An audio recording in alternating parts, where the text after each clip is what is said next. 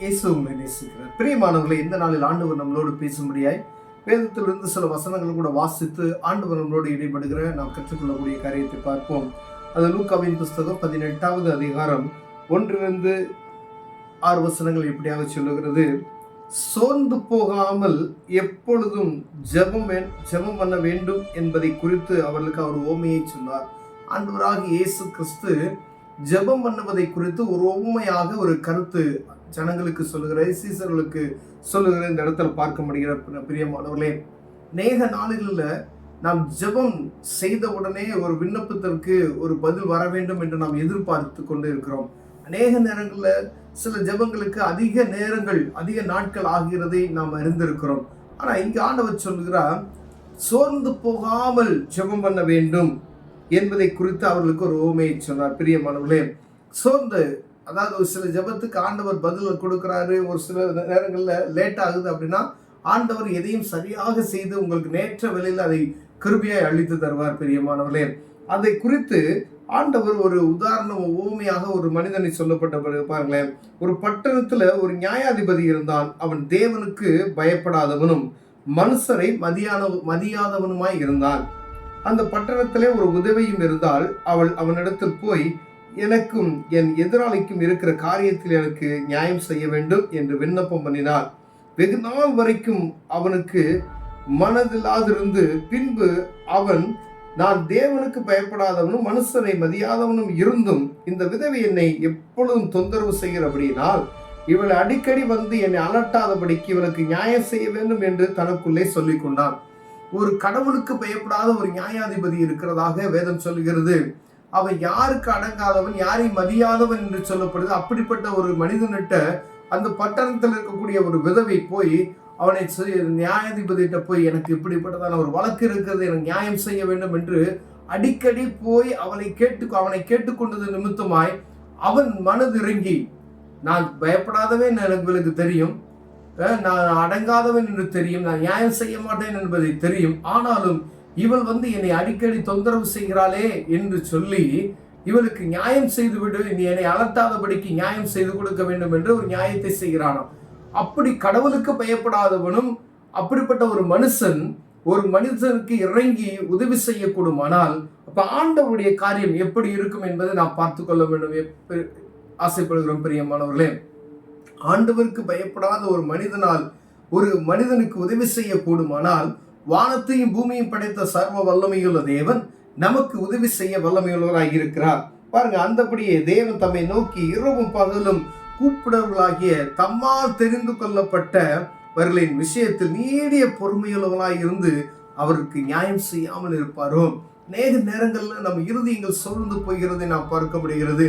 ஏதாவது ஒரு நியாயம் கிடைக்கல, நம்ம ஏமாத்திட்டாங்க அப்படின்னு சொன்னா நமக்கு இருதயத்துல ஒரு சோர்வு, ஆண்டவரின் ஜெபத்தை கேட்கவில்லையே அப்படின்னு. ஆனா டெய்லி தேவ சமூகத்துல அமர்ந்து அந்த காரியத்துக்காக நாம் ஜெபம் செய்கிறோம் என்பதை நாம் அறிந்திருக்கிறோம். ஆனா அந்த காரியம் லேட் ஆகுது. 1 வருஷம் ஆகும், 2 வருஷம் ஆகும், 10 வருஷம் ஆகும், 15 வருஷம் ஆகும், 20 வருஷம் கூட ஆகும், 25 வருஷம் கூட ஆகும் சில காரியங்களுக்கு.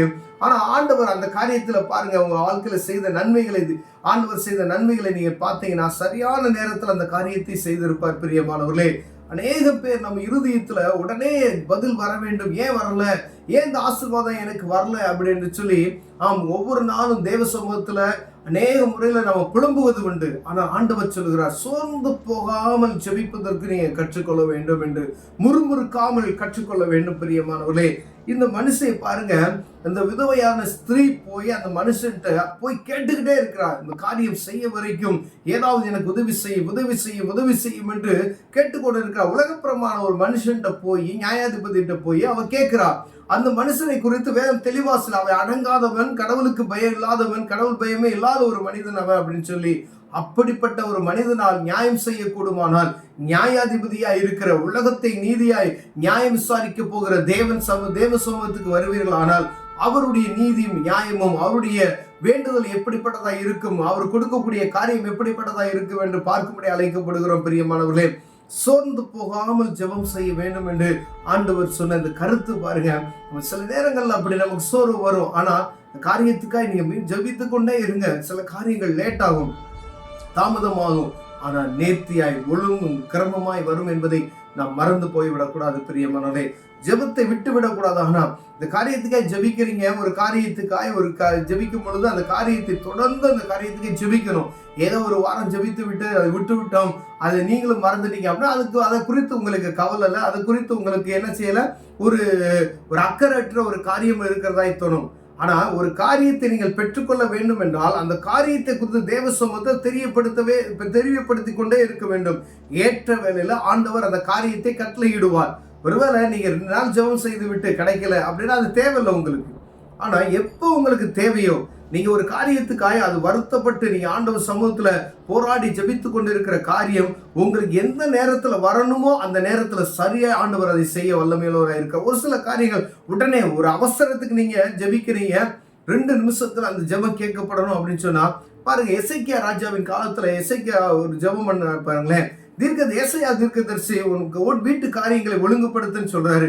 உடனே ஏன் அப்படின்னா நீ மரித்து போறி எல்லாத்தையும் சரி பண்ண அப்படின்னு சொன்னதுமே செவர் பக்கமாக திரும்புகிறார். திரும்பி தேவ சமூகத்தில் ஆண்டவரே உனக்கு முன்பாக நான் நீதியும் உண்மையும் உத்தமமா இருந்தேனே, என்னுடைய எல்லா வாழ்க்கையும் நீ அறிந்திருக்கிறதே அப்படின்னு சொல்லி கண்ணீர் விட்டார். உடனே அவர் முற்றத்துக்கு போவதற்கு முன்மையா ஏசாயாவுக்கு தீர்க்கதரிசி ஆண்டவருடைய வார்த்தை வருகிறது. அவன்கிட்ட சொல்லு, அவனுடைய வாழ்க்கையில 15 வருஷம் நான் என்ன செய்யறேன், கூட்டி தருகிறேன் என்று ஆண்டவர் சொல்கிறார். ஒரு நொடி பொழுதுல சில நிமிடங்கள்ல நம்முடைய செய்யை பார்த்து ஆண்டவர் என்ன செய்யறார், அற்புதம் செய்ய வல்லுகிறார். ஜெபத்தை கேட்கிறார். சில காரியங்கள் 2 வருஷம் ஆகுது, 3 வருஷம் ஆகுது, சில தீர்க்க தரிசனங்கள் 20 வருஷம் ஆகுது, 25 வருஷம் ஆகுது. யாரோ உங்களுக்கு ஒரு தீர்க்க தரிசனம் சொல்லியிருப்பாங்க, அந்த தீர்க்க தரிசனம் நிறைவேறுவதற்கு 50 வருஷம் கூட ஆகலாம். ஆனா ஏற்ற வேளையில ஆண்டவர் அதை சரியாய் உங்களுக்கு கொடுப்பார் பிரியமானவர். ஆனா சோர்ந்து போகாமல் ஜெபிப்பதற்கு நாம் கற்றுக்கொள்ள வேண்டும் என்று ஆண்டவர் விரும்புகிறார். இந்த விதவை தாயானவள் போய் அந்த மனுஷன்ட்ட டெய்லி இந்த காரியத்துக்காய் போவது அவளுடைய வழக்கமாய் இருக்கிறது. அவன் பார்த்து ஒரு நீதியை நீ என்கிட்ட வந்து தொந்தரவு செய்யாதபடிக்கு ஒரு நியாயத்தை செய்ய வேண்டும் என்று சொல்லக்கூடிய அளவிற்கு அவள் அடிக்கடிக்கு அந்த இடத்துல போய் அந்த நீதிபதியிட்ட போய் கேட்கிறதை நாம் பார்க்க முடிகிறது பிரியமானவர்களே. தேவ சமூகத்துக்கு நம்ம போய் தேவ சமூகத்துல கேட்க வேண்டியது எவ்வளவு முக்கியமானது என்பதை நாம் அறிந்து கொள்ளும்படி ஆண்டவர் பிரியப்படுகிறார். நீங்க தேவ சமூகத்துல ஜெபிக்கிற ஜெபத்தை விட்டு விடக்கூடாது. போய் கேட்கிற காரியத்துக்கு தொடர்ந்து அந்த காரியத்தை நீங்க கேட்டுக்கொண்டே இருக்கணும். ஆண்டவர் அற்புதம் செய்வார். எசேக்கியா தீர்க்கதரிசி சொல்றாரு, என்னுடைய நடத்தைகள் என்னுடைய செய்கைகள் எல்லாவற்றையும் நீர் அறிந்திருக்கிறீர் என்று சொல்றாரு. பார்த்தீங்களா?